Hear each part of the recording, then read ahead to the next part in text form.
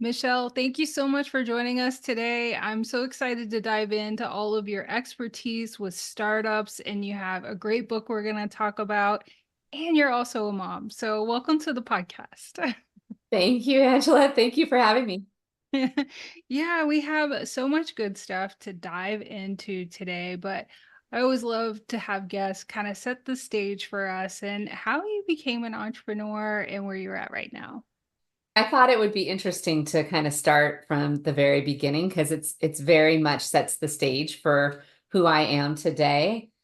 Growing up, I was the daughter of a certified public accountant, which meant if you were anything like me, Angela, and fighting, becoming your parents, I was not going to be in business. That was my initial thought. I had zero interest in being in business. I wanted to be a creative. I wanted to work, in advertising. Wanted to be a writer. I did not want to have anything to do with business. So I went to undergrad for communications and a literature writing minor, and started actually my career, dare I say, before the internet. I don't know. I feel like that ages everybody, right? That's like the leveling. It ages everybody. Um, in publishing. So when we used to literally get the prints FedEx to our office, and then we would take a big red pen and circle all the errors and then ship it back. So that just sets the stage. Um, but really, I feel like my career took off when the internet, first came into place.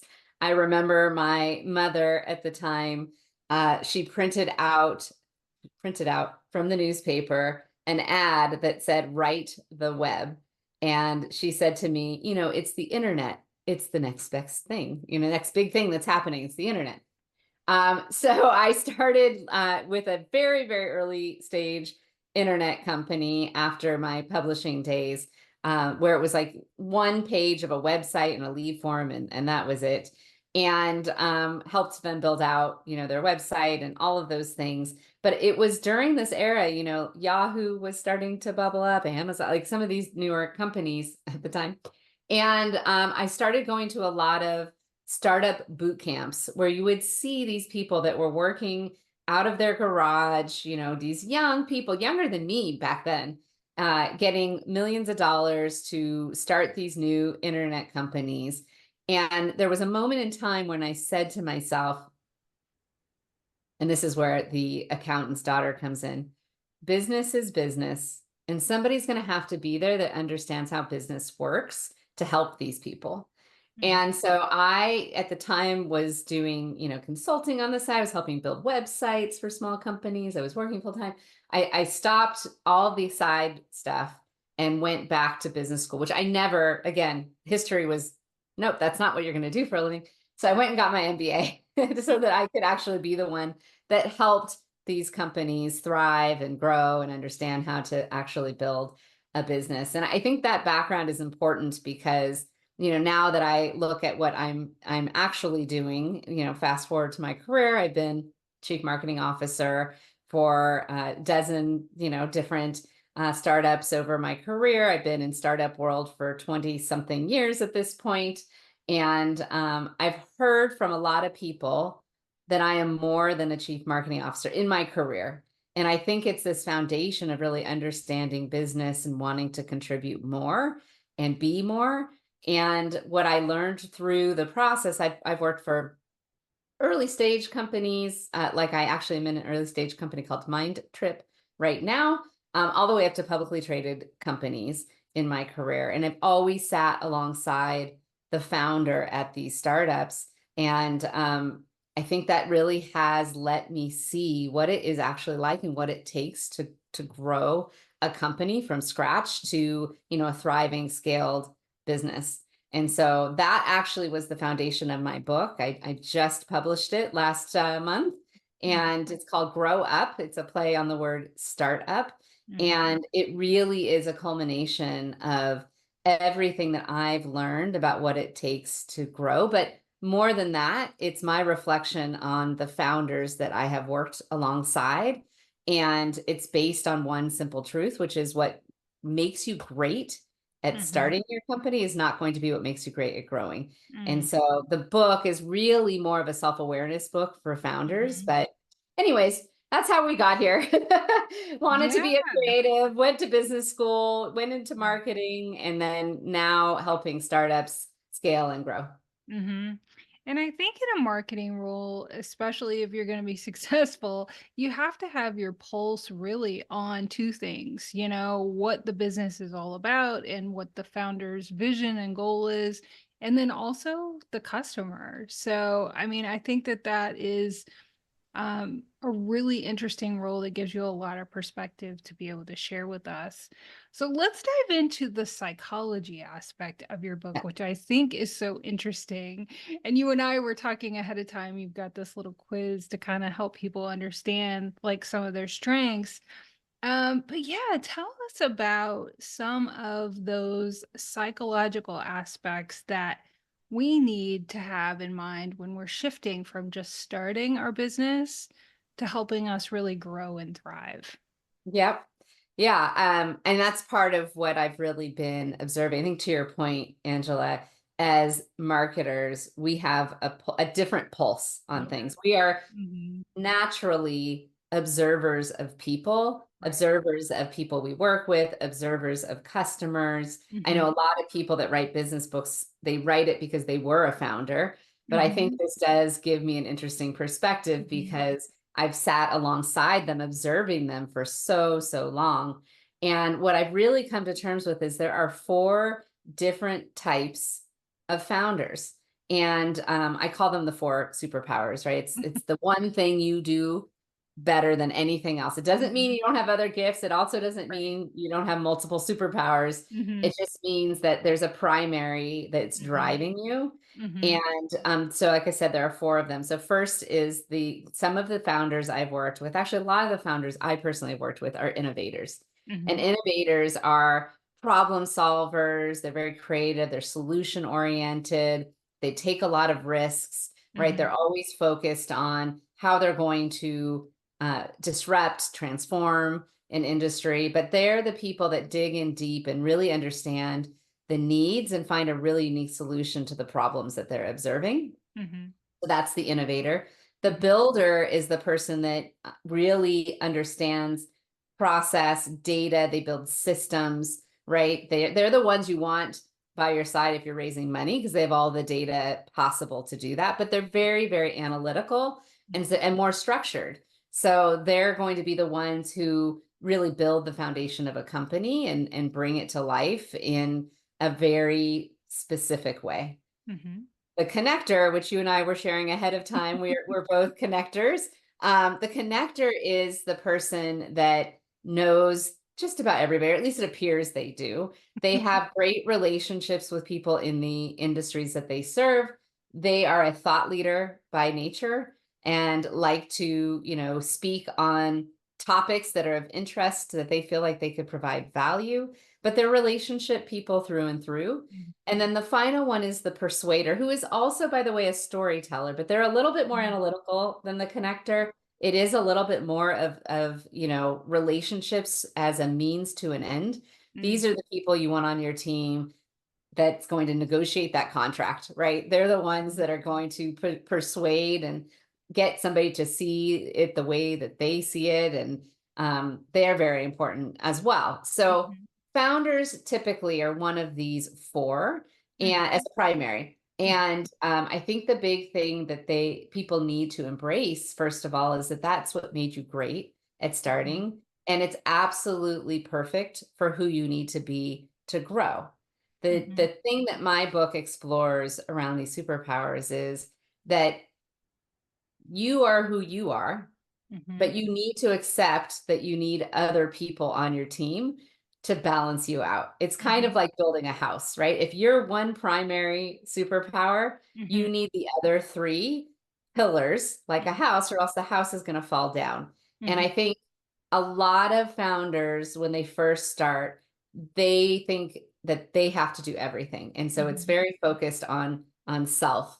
In mhm, fact, there's a founder that I know, after I was talking about the book, Angela, who said to me, I was just in a meeting and we were doing a SWOT analysis, and we put up everything on the board. There's like our strengths and our weaknesses. And they're like, oh my goodness, that's me, the company, the founder. And so it really is, how do you go from the company solely reflecting the founder to being more balanced? Mm. I think that that is, we all have to strive for self-awareness, especially as, entrepreneurs and leaders. But the point that you're making is, here are your strengths, but also, I think people, yeah, especially women, like you said, real and moms, we want to be all things to all people and try to do it all ourselves. And then we focus a lot of time and energy on trying to be good at something we're just not. And not just accepting that. So I think it is so powerful to just have this way to kind of really kind of hone in on what your main superpower is and really use that as your fuel for growth. I think that that's just a really great. Like it's funny, you just made me think of something, which is that moms, whether you are an actual entrepreneur plus a mom Mhm. or just a mom, are kind of like entrepreneurs. You are a founder of your household. Yeah.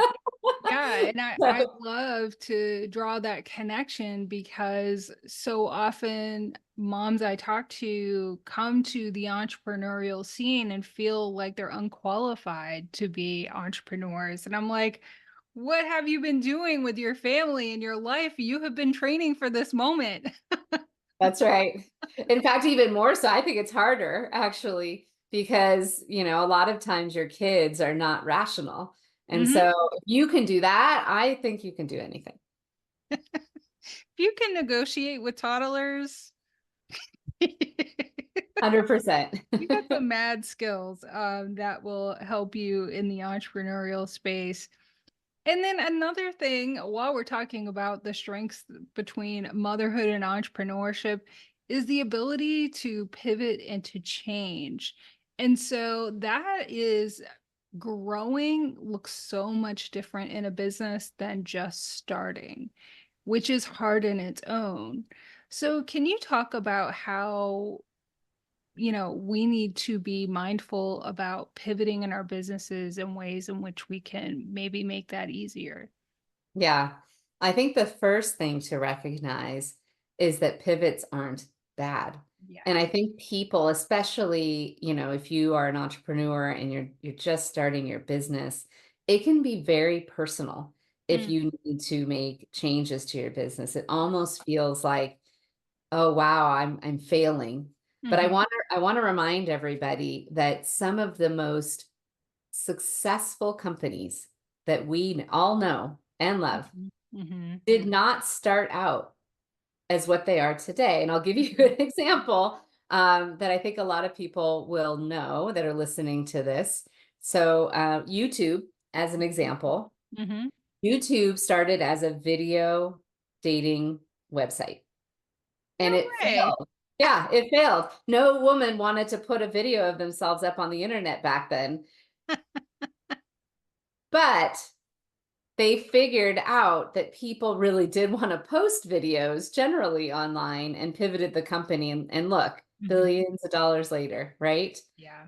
Another one that moms will probably resonate with is Play-Doh. I don't know if Mhm, you've heard this story about Play-Doh, but that never started as, something that kids were going to play with. mhm, It actually started more as something that people were using in the home for cleaning and other things. mhm, And so the only reason it pivoted was because I think it was a teacher, it was a sister of some kind, started to just try it in the classroom with their kids and said, "Hey, this is great." mhm, And off it went to the races. And so mhm. you never know, I guess is my point. You Right. never know that what your business will look like in the Mhm, future, but don't be afraid to pivot, mhm. because it could be the most successful thing that you do. I think the Right. key with pivoting your business, sometimes there's small changes, right? Like I Mhm, need to add in this, function I didn't have. But pivots in my mind are like big business pivots. They're either mhm. oh, I have a great product, but it's Mhm, not working for this customer set, and I need to mhm, figure out who it works for. mhm, Or I've got an awesome customer set, but I haven't really nailed the product. Like mhm, it's not really solving a big enough problem where they're willing to buy it. And so I need to go back to the drawing board and mhm, look at the solutions that I'm developing and make sure it's a big enough problem that they're worth, it's worth mhm, paying for. Because I think that's a lot of times, in my opinion, what happens in business mhm, is that people build a product that mhm, solves a problem they have. mhm, It isn't necessarily a big enough problem that customers are willing to pay for. So mhm, I actually have an analogy for it. I call it the shiny puppy syndrome, which is like, when we had pet stores, uh-huh, um, if you can remember back then, and you go to the pet store and you would see the dog in the window, the puppy, and you'd be like, oh my gosh, it's such a cute puppy. That puppy is, oh, I love that puppy. I would hold that puppy. I would cuddle that puppy. And then somebody tells you how much that puppy is, and you're like, ooh, mm. You know what? Having a puppy, I don't know if I'm ready to have a puppy. It would cost a lot of money to take care of a puppy. It's a lot of time. It's a lot of work. And then all of a sudden they don't buy the puppy, right? So a lot of times in business, these pivots that are happening is because we have a shiny puppy on our hands and we just haven't been able to prove that product market fit where mhm, somebody's willing to pay for it. So, but that's okay. I think that's my point of this. That's mhm, okay. mhm, The key is recognizing it. The key is having a team around you mhm, that can see the signs. The builder is going to see it first with the data. mhm, But you need to be able to see when you're not getting the traction that you need, and then mhm, have somebody on the team, like an innovator, that can go deep and like really understand mhm. what needs to change in order to be successful. Yeah. So I'm thinking about everything you've just said and connecting the dots in that pivoting is really important to growth. But in order to do that, you need to take it less personal. Separate yourself from your business and so that its own entity and you feel less personal about decisions and things that happen in it. You need to have a team around you. And in order to create that team, you need to realize what your strengths are and what your weaknesses are. That's right. So, your framework for identifying that can help you do all of those things. So, Yeah. Yeah. And I want to point out, I do think there's a difference between a weakness mhm. and what I call a blind spot. Because Uh-huh. I think people sometimes think, oh, well, all I need then, okay, well, Michelle just made this easy. I just need one of Mhm. each of these people Mhm. and I'm off to the races. Mhm. We all kind of know where our weaknesses are, Mm. but a blind spot is the one thing we cannot see. And Mhm. so that's actually the biggest, thing that I think gets in people's way and leads to Mhm. failure, because if you don't actually know what's stopping you in certain ways, and I'll give you an example of this Mhm. just to make it easier to digest. So the innovator, like I said, they're the problem Mhm. solver. They're the kind of the crazy mad scientist, Mhm. personality, is amazing at that. Mhm. But their blind spot is process. Mm. They avoid it at all costs because they want to go fast. They're like, Mhm. I've got an idea. I've proven through talking to customers that this is the solution. Now let's just do it. So they want to go really, really fast, Mhm. which is very beneficial in the beginning of their company. Mhm. But at some point, those innovators, have a product with customers and customers start having issues. And Mhm. somebody at some point in time will step forward and say, I'm going to put a process in place so we can prioritize all of this work that we need to do. Mhm. And when they step forward and they do that, and the innovator sees the big rock projects that they really, really are excited about, Mhm. slow down a little bit, Mhm. they can sabotage that. They'll be like, I hate red tape. What are we doing? They'll maybe carve out a team and go do like special projects over here. They will do everything possible to avoid this process that's being put in place because they Mhm. think it's going to slow them down. And that's what I mean by a blind spot. They don't see it. They don't even think, they think, well, no, well, of course, we're a startup. We need to be scrappy. We need to go fast. The problem with it, though, is if they don't put that process in place, they've got customer issues that are starting to, increase. And at some point, if they aren't solving some of those customer issues, the customers leave. Mm, And so they have to come to terms with the fact that they're going to need that. mhm, But they will, in the meantime, that person that stepped up to put process in place there unintentionally, but they're sabotaging them. They're, mm, trying to go around them, they're circumventing them. And mm, that's what I mean about getting in touch with that thing that you can't see. It's usually the thing that you think is not important. mm, That's usually a good indicator of like where your blind spot lies. mhm. But in my book, I go through each, every superpower has a blind spot and like what each one is. But Uh-huh. I think that's so critical because if you do the Mm, work, which it's not easy, to your point, like mhm. it's not easy to not take things personally. Sure. And, truth be told, I still struggle with not taking things personally in life, just Mm. generally, right? I can't even imagine, but you have to separate out and make sure that you understand the one thing that's really getting in your own way. Because Mhm, once you do that, you will respect the other people that you need. And mhm, honestly, the biggest issue, like the number one thing that causes new businesses to fail is not having the right people. And I know that is a little different than what people have read. Usually it's like, oh, we're running out of cash, product right. market fit. But I'll tell you, those are just symptoms. The Mhm, root issue at hand is you don't have the right people to do those things, to mm, raise the money, to make mm, sure you have product market fit. So mhm, in my mind, the real cure to startup failure is people. mm.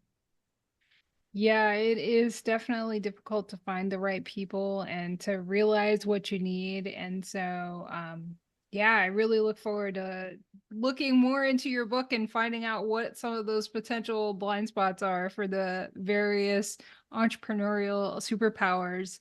I love that. So, we talked about the four superpowers, and we talked about the pivot. Let's talk about the building relationships, which is, so important and are kind of innate to you and I who are connectors, Right. luckily. But yeah, talk about how important that is. And, I always talk about strategic partnerships and really trying to build those relationships outside of, especially with the popularity of online businesses, it is so easy to kind of have that relationship issue as your blind spot, I think. Yeah, I think you're right. And to your point, we're very lucky that we have this as our superpower because it makes it much easier to build that rapport. But relationships are so important for a lot of different reasons, right? I think a lot of people and a lot of women that I mentor in business make a mistake early in their career where they get very siloed into whether it's, their company or the company they're working for, and they forget about the people around them. Hmm. And when people ask me what my number one piece of advice is for like a young leader that's just kind of starting out in their career, it's don't forget your network. Yeah. Like you need to, and don't wait until you need them. That's like the Mhm. worst thing that you can do. Right. Stay in touch with Yeah. people, understand, all it is something really simple. Like one of the things I do is over the holidays, I go through, all of my connections and I just send a little message letting people know I'm thinking about them. Like that, it doesn't take a lot, but it is effort. And I Mhm. think that knowing that relationships are important and that you never know where they will lead is Mhm. another key piece. So I always tell people if somebody reaches out to you, especially in whatever industry you serve or your circle, of Mhm. people, take the call.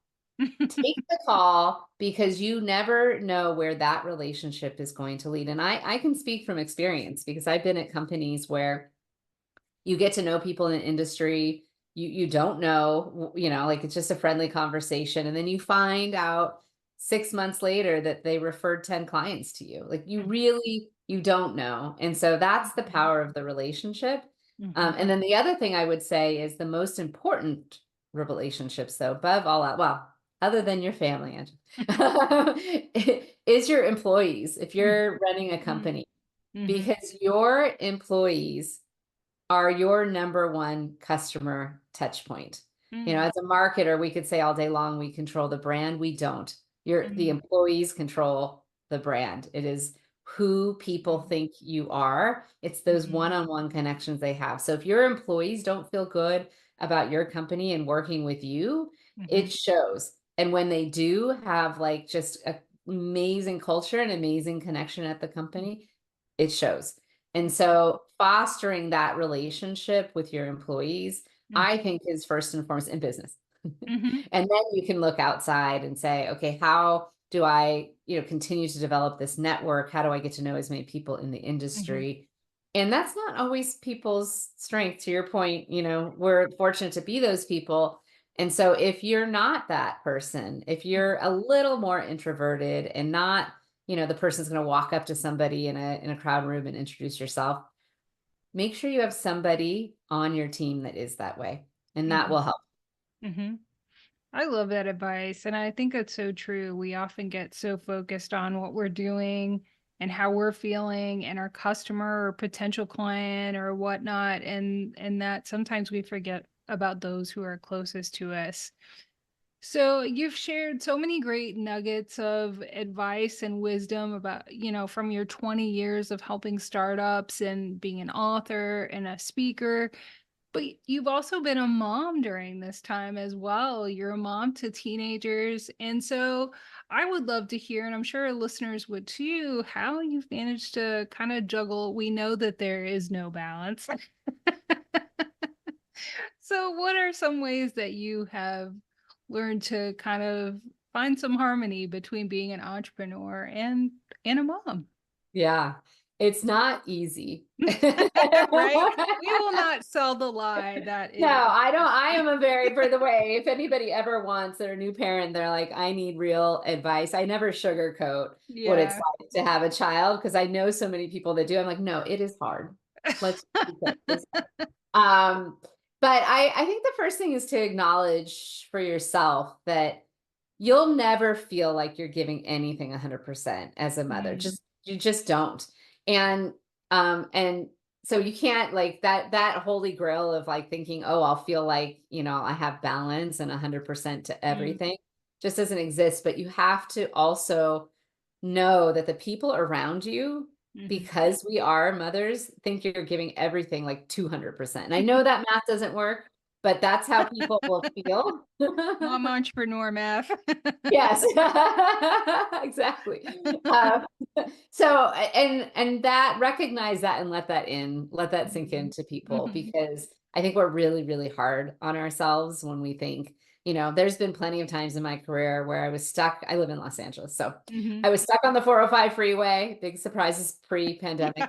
And I couldn't get to my daughter's dance recital, and like she was crying and I was crying. Like I have all sorts of stories like that.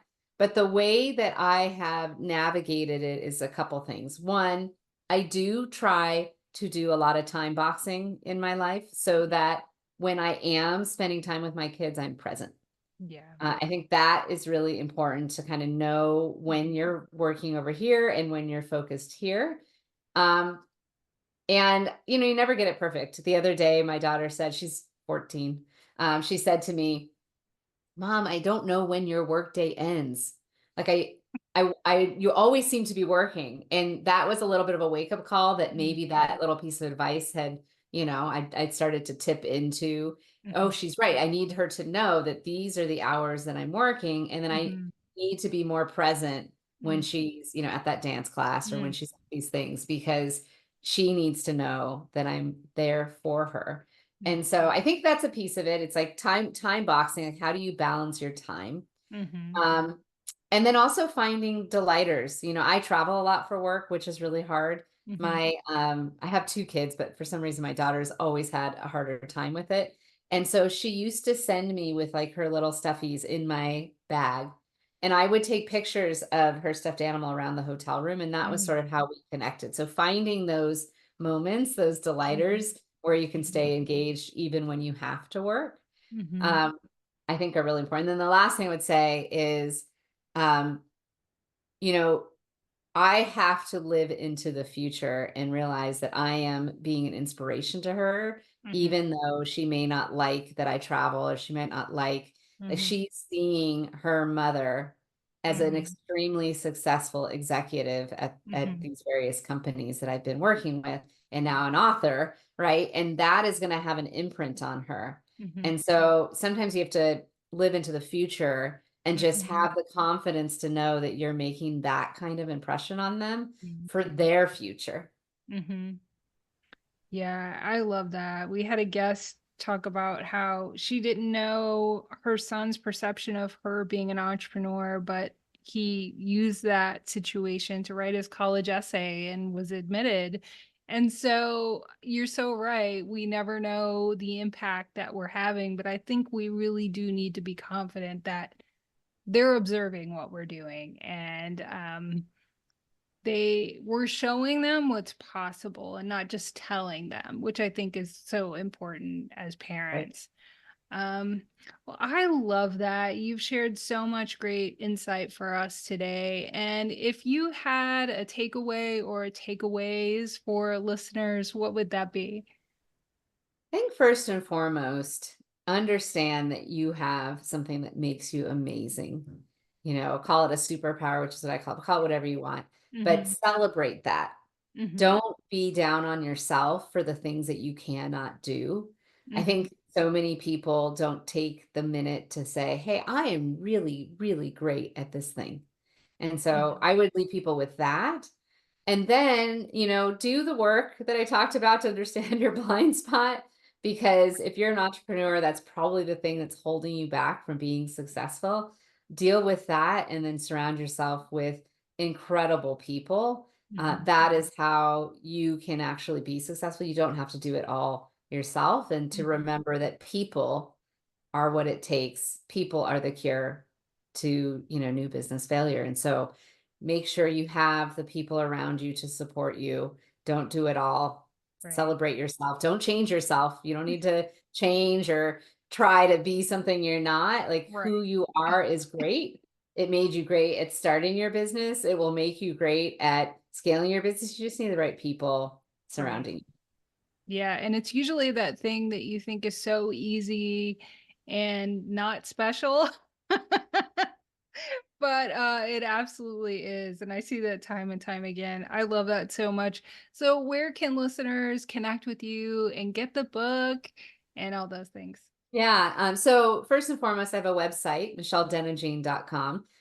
It's nice to have kind of a unique name that way. You can own your Yeah. own domain. So you can come to that. From there, you can get, links to the book and contact me. You can also contact me on social channels. I'm just at Michelle Denogean, Instagram, LinkedIn, all of them. And then the book is available on Amazon, and Barnes and Noble and others, but Amazon, where most people will probably go to look it Right. up. And it's called Grow Up. It's Uh-huh. all one word. Like I said, it's a play on startup. And so Right. I would absolutely love it if people read the book and then reached out to tell me what they thought. I love that so much. And I'll leave links to all of those in the show notes below. Thank you so much, Michelle. It was great talking to you. Yeah, likewise, Angela, and everybody have a wonderful day. Yeah, thank you.